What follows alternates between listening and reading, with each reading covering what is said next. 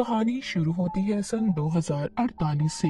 ये वो वक्त था जब जमीन पर रहने के लिए कुछ भी नहीं था और बाकी जितने भी रिसोर्सेज जराए बचे थे उनको हासिल करने के लिए मुल्क एक दूसरे के साथ लड़ रहे थे। इसी के दरमियान हमें रिक की फैमिली दिखाई जाती है जिनको आलीशान मेंशन मिलाया गया था। यहाँ पर आकर पूरी फैमिली बहुत खुश थी। रिक की फैमिली में उसकी बीवी एबी और उसका बेटा था। तभी इनको पता चलता है कि यहाँ पर 13 ऐसी और फैमिलीज हैं जिन्हें यहाँ पर लाया गया था। उन पर रिसर्च होगी, एक्सपेरिमेंट तजुर्बे किए जाएंगे जिसके लिए यहाँ पर साइंटिस्ट की पूरी टीम मौजूद थी। अगली सुबह हमें इस प्रोजेक्ट के प्रोफेसर हेड दिखाए जाते हैं जो बताते हैं कि आने वाले 10 सालों में जमीन पर सब कुछ खत्म हो जाएगा, कुछ भी नहीं बचेगा और तब इंसान जमीन पर नहीं रह सकेंगे। उस वक्त हमारे पास सिर्फ एक रास्ता है और वो है टाइटन, क्योंकि जमीन पर रहने के बाद दूसरा ऐसा जरिया है जो कि एक बहुत बड़ा चांद है। मगर इस वक्त इंसानों के लिए वहाँ पर रहना मुमकिन नहीं। वहाँ पर मीथेन गैस की बारिश होती है और हवा में नाइट्रोजन गैस मौजूद है। वहाँ पर सर्दी भी बहुत ज्यादा है और अगर हम चाहते हैं कि इंसान वहाँ पर रहे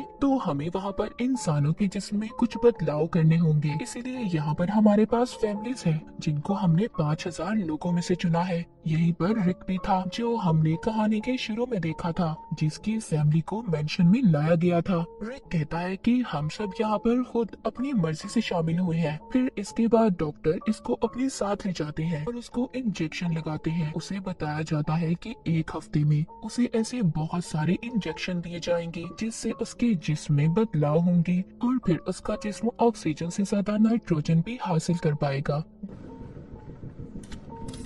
जब रिक के घर में पार्टी थी, उसकी बीवी जिसका नाम एबी था उसने बहुत ज्यादा शराब पीनी थी जिससे उसकी तबीयत खराब हो जाती है। रिक जब अपनी बीवी को लेकर जा रहा था तो रिक की बीवी एबी देखती है उसको तो बहुत तेज बुखार था। कुछ दिन के बाद जितनी भी फैमिलीज थी सबको एक एक्सपेरिमेंट के लिए पानी के पूल के पास लाया जाता है और ये देखा जाता है कि कौन पानी में कितनी देर तक बिना सांस लेकर रह सकता है। पर एक एक करके सब बाहर आ गए थे मगर रिक और एक लड़की 40 मिनट तक पानी के अंदर ही बैठे रहते हैं। 40 मिनट के बाद लड़की का दम भी घुटने लगा था, वो पानी से बाहर आ जाती है पर रिक पानी के अंदर ही था। आहिस्ता आहिस्ता उसके दिल की धड़कन भी कम हो रही थी। वो बाहर रहकर उसकी हार्ट रेट को देख रही थी। इससे पहले कुछ होता रिक खुद ही बाहर आ जाता है। सब उसके लिए तालियां बजाते हैं क्योंकि उसने सबसे ज्यादा वक्त पानी में गुजारा था। इसके कुछ दिन के बाद हमें दिखाया जाता है कि रिक को एक सर्जरी के लिए लाया गया था। जिस दिन उसकी सर्जरी की जाती है उसी दिन रात को वो अपने बेड पर नहीं था। उसकी बीवी एबी जब ये देखती है तो वो किचन में बैठा अपने जिस्म पर बर्फ लगा रहा था। उसको बहुत गर्मी लग रही थी। इसके बाद एबी उसको और ज्यादा बर्फ ला कर देती है। एबी को बताता है कि मुझे बिल्कुल भी ठंड का एहसास नहीं हो रहा। इसका मतलब ये था कि जिन लोगों को टाइटन पर भेजने के लिए तैयार किया जा रहा था रिक पर भी बिल्कुल वैसा ही असर हो रहा था कि टाइटन पर बहुत ज्यादा ठंड थी और वहाँ पर ऐसे जिस्म की जरूरत थी जिसको ठंड का बिल्कुल भी एहसास ना हो। मगर अभी भी इनको सबसे बड़ा सामना मीथेन गैस और नाइट्रोजन का था। इन सबको मीथेन गैस के साथ पानी में तैरने का कहा जाता है। साथ ही इनको खास किस्म के मास्क पहनाए जाते हैं जिससे नाइट्रोजन बढ़ता है। ये उस मास्क को पहनकर बहुत भागते हैं। दरअसल इनको टाइटन के लिए तैयार किया जा रहा था। इसी तरह बहुत सारे दिन गुजर जाते हैं। एक दिन रिक जब बाथरूम में था तो वो देखता है उसको हेयर फॉल हो रहा था, यानी कि उसके बाल बहुत ज्यादा उतर रहे थे।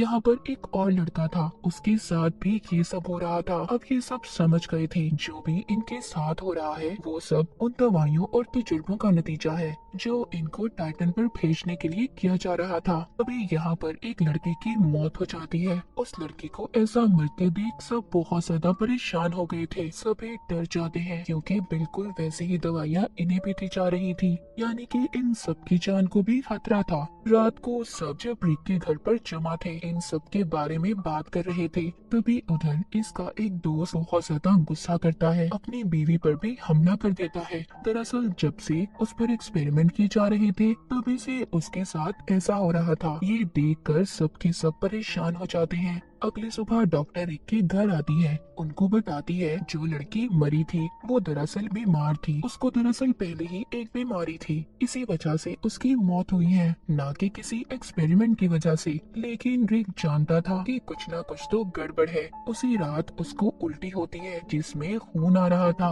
उसकी बीवी उसका ब्लड सैंपल लेती है क्योंकि एबी भी एक डॉक्टर थी। अगले दिन रिक को दिखाया जाता है वो पानी के अंदर था, उसकी जिल्द भी उतरना शुरू हो गई थी। इस बात से वो बहुत ज्यादा डर जाता है। उधर दूसरी तरफ एबी उसका खून का सैंपल लेकर लैब में जाती है। जब वो उसको टेस्ट करती है तो उसको पता चलता है कि रिक के जिस्म में बहुत से ऐसे केमिकल शामिल किए गए हैं जिसके बारे में पहले नहीं बताया गया था। एबी इन सब के बारे में प्रोजेक्ट प्रोफेसर हेड से बात करती है, मगर वो उसको कुछ भी नहीं बताते। अब रिक की आंखों का ऑपरेशन किया जाता है ताकि वो अंधेरे में भी देख सके।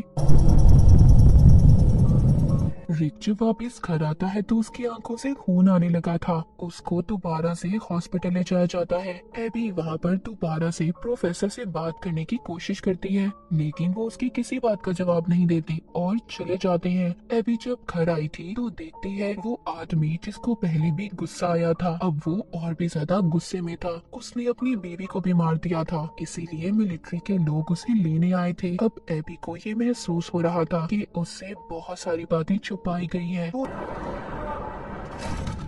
रिक का कार्ड लेकर उसी जगह पर जाती है जहाँ पर सभी की फाइल्स को रखा गया था जिन पर एक्सपेरिमेंट किए जा रहे थे। ये जो वहाँ पर चेक करती है तो उसे पता चलता है जिस लड़की की मौत हुई थी, जिसके बारे में बताया गया था कि वो किसी बीमारी की वजह से मरी है, कि उसकी मौत तो इन्हीं एक्सपेरिमेंट की वजह से हुई है। उधर ही एबी प्रोफेसर को देखती है जिनकी नासा के लोगों के साथ बात हो रही थी। वो उन पर इल्जाम लगा रहे थे कि उन्होंने इंसानों पर ऐसे तजुर्बे किए हैं जो सरासर गलत हैं। उन्हें जल्दी सब कुछ बंद करना होगा। उनको सजा भी होने वाली है क्योंकि उनके खिलाफ केस दर्ज हो चुका है। अगले दिन प्रोफेसर हेड्रिक के घर जाते हैं, उसको और एबी को बताते हैं कि उन्होंने सारे एक्सपेरिमेंट इसीलिए किए थे ताकि वो लोगों को टाइटन पर भेज सके। वो कहती है मैं खुद भी नहीं जानता इसका अंजाम क्या होगा। सब लोगों का डीएनए अलग है। मैं नहीं जानता कि सबके जिस्म पर दवाओं का क्या असर होने वाला है, मगर हाँ रिक एक ऐसा इंसान है इसका जिस्म इन सब चीजों को बर्दाश्त कर सकता है। और रिक तुम्हारे अंदर अलग तरह से तब्दीलियां हो रही हैं। वो कहते हैं जब सारे एक्सपेरिमेंट पूरे हो जाएंगे जिन पर एक्सपेरिमेंट किए जा रहे हैं उनका जिस्म एक टाइटन क्रिएचर में तब्दील हो जाएगा। इन्हें होमो टाइटन कहा जाएगा, मगर हम नहीं जानते कौन कैसा होगा क्योंकि सबका डीएनए अलग अलग है।